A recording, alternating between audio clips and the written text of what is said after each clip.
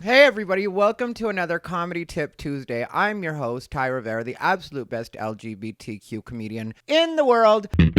Before we get started, I'm just going to ask that, as always, you like, comment, and if you're not already subscribed, please do so now. I want to talk to you today about losing your fear, not only your fear of being on stage itself, but also your fear of silence. But before we get to that, I want to read to you a question that my friend Casper had posted on one of the videos I did about the importance of having a good clip in stand-up comedy. So my friend Casper, the comic, who is a comic just starting out here in the Las Vegas scene that I happen to like a lot. I think he's a really good guy. I also think he's a really funny guy, which is more important to me if you know anything about the way I operate when it comes to stand-up comedy. Good people are for good friends. Good comics are good comics. And so I don't get the two twisted, but it's nice when both come in one package. I'll also go ahead and put Casper's links down below so you guys can follow him if you guys want to check him out. Maybe he's going to be sharing a lot of his process on YouTube. I know he's starting to really do stuff with this channel. So maybe you guys will be able to take something from watching Casper's journey. Anyway, Casper sent me, what is your advice for a comic trying to transition into getting paid? I only get 3 to 5 minute sets, so I don't have any longer clips. Also, being I'm new, I don't want to come off as cocky or overconfident by asking if it's a paid gig or not.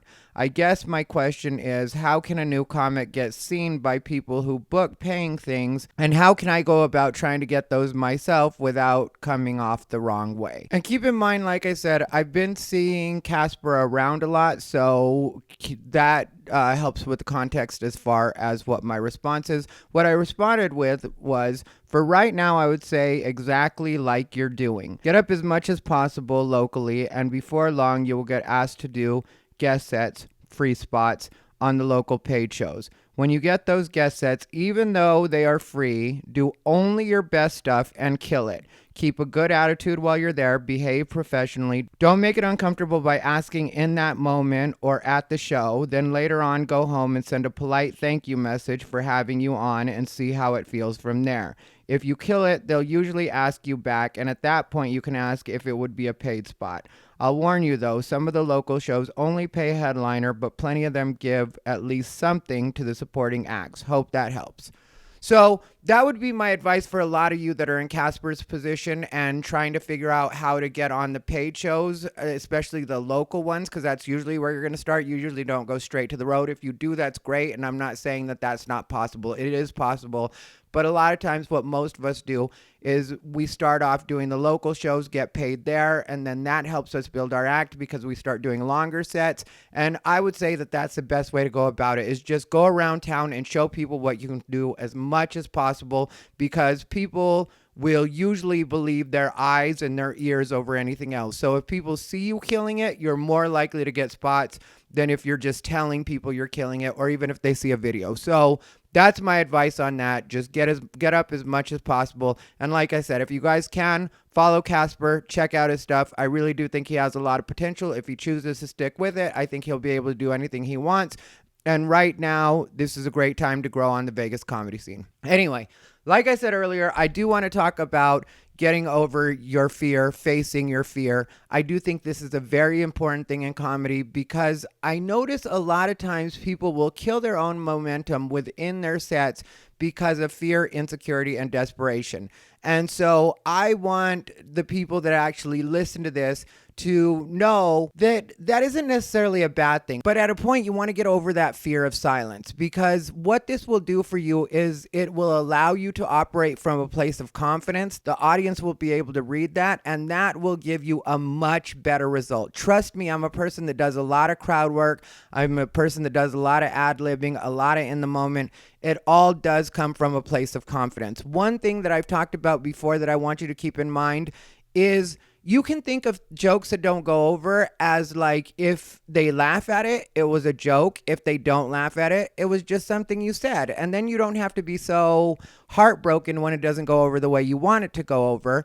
and that doesn't become a factor that starts to spiral you in your set. Because what you'll notice the longer you do this is a lot of times it's more about your mindset than it is about the way that you do joke to joke. The audience will give you a lot of leeway. The audience will forgive you for a lot of things. So don't think that just because a joke didn't go over, now this set is done. It obviously doesn't. Don't be spoil sport like that. Keep a good attitude and remind yourself you can get them back. You have more good stuff in your pocket. And if you don't, then this time you just didn't. But don't just decide for the audience that now this isn't going to go well. And I have to do it myself. Like I did it not too long ago with this joke at Wise Guys. And I'll go ahead and drop that joke in. And if you notice, after I say what I say, I have to wait because like in the first, like after I say it, it gets an initial laugh, but then I wait and it's almost like 2 seconds later for the laugh to completely build the way it builds. And that joke ended up carrying the rest of my set. Now it's only a 3-minute set that I was doing at that point. It was at Wise Guys here in Las Vegas. So I was doing the open mic and I wanted to try this particular part of a bit that I want to drop in with a bigger thought, but I wanted to see how it does on its own. And so when I saw the audience start to laugh, I felt like, no, this could still build. And so I was like, I just want to see what this laugh actually turns out to be. If you pronounce it Muslim or Korean, I don't need to hear how you feel about either of those groups of people. Starting off that way, it carried the rest of my set and ended up being a really fun set all the way around the whole 3 minutes or whatever I ended up doing, just under 3 minutes, I'm sure, because they're very strict about that light there, and I respect that. I like that about that mic. But yeah, it went over the way I wanted to, and it really did carry the rest of my set.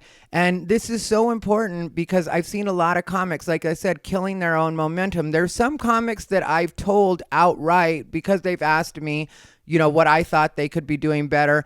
And I've been like, look, you're just not pausing long enough after your jokes. Like, I don't know how your jokes are doing. You don't know how your jokes are doing because you're not pausing long enough. Instead, you go right into your insecurity. And instead of letting the joke actually land or not land, right after the punchline, you'll hear a lot of comics do something cornball like, and it's like, what are you doing? Like, that is so obviously coming from insecurity right now that even if the audience liked you, they're not liking your desperation. And it's like anything else. It's like dating. You know, you could be attracted to somebody, and then once you see their desperation, maybe you're like, I don't know if I'm really into this.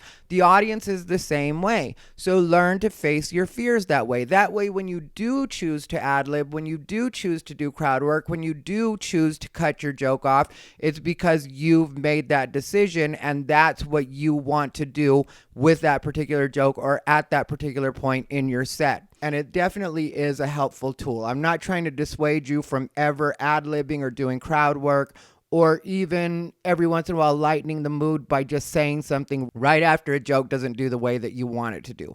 I hope this is all making sense because for me, it's such an important part of stand-up comedy and helping with your timing is allowing the audience to laugh. Like sometimes if I get a really big laugh off of something, I'll wait in the uncomfortability because you want to say something else, you know, you want to stay on them. But if you let them actually have the rest of their laugh and get almost to completely silent, you don't want to bring them to a screeching halt, but almost to completely silent, and then you hit them again, it'll just give that one laugh that you just got, that you just came off of, that big one, a kicker.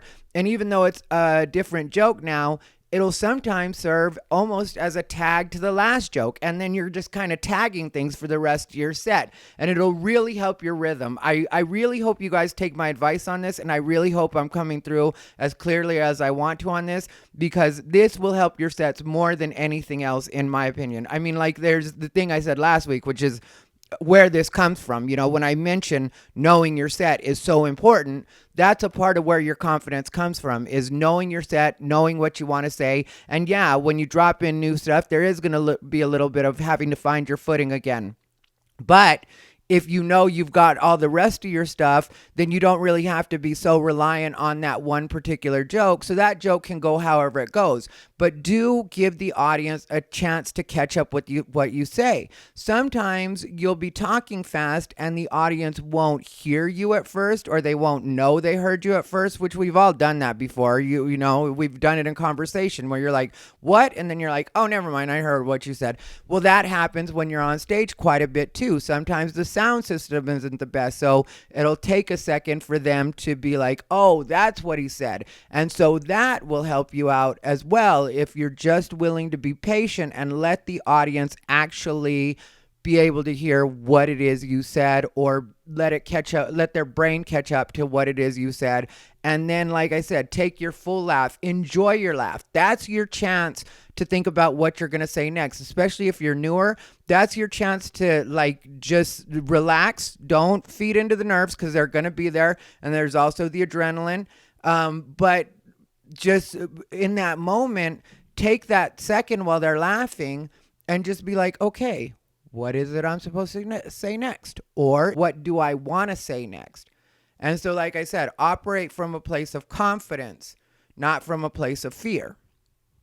And as far as regular stage fright goes, which I said that I would address that too, my advice for that is just to get up as much as possible. It's going to suck. You're going to hate it, but just get up as much as you possibly can. Every crappy open mic, every good open mic, every just in between open mic, whether it's music, poetry, a mix of everything, whatever they'll allow you to do, any place they'll allow you to get on stage, you get on stage. If it's a church mixer and you're able to be clean, and don't worry about how you're doing. Sometimes not doing well will help you even more, because then you're not adding that extra pressure to yourself of, oh, I've got to do well. First, just get used to being on stage. That's all you need to do, is get used to being on stage. I guess sort of like if you were trying to learn how to swim, first just get used to the feel of the water before you actually start trying to swim. Maybe just get used to the temperature of the water, let your body acclimate to that. Let that shock subside, and then you move on to actually, okay, now I've got to be funny. Now I've actually got to start working on these bits. Now I've got to do all the stuff that I have to do to become an actual stand-up comic. So I hope that this has helped you guys. I hope me answering Casper's question has helped you guys. And like I said, it's going to be down below in the description box. Well, let's put it in the comments instead. I'll make it the first comment will be Casper's info if you want to follow him on Instagram, here on YouTube. I would say follow him here on YouTube. Anyway, if you haven't already, like, comment, and subscribe. This has been Ty Rivera, the absolute best LGBTQ comedian in the world.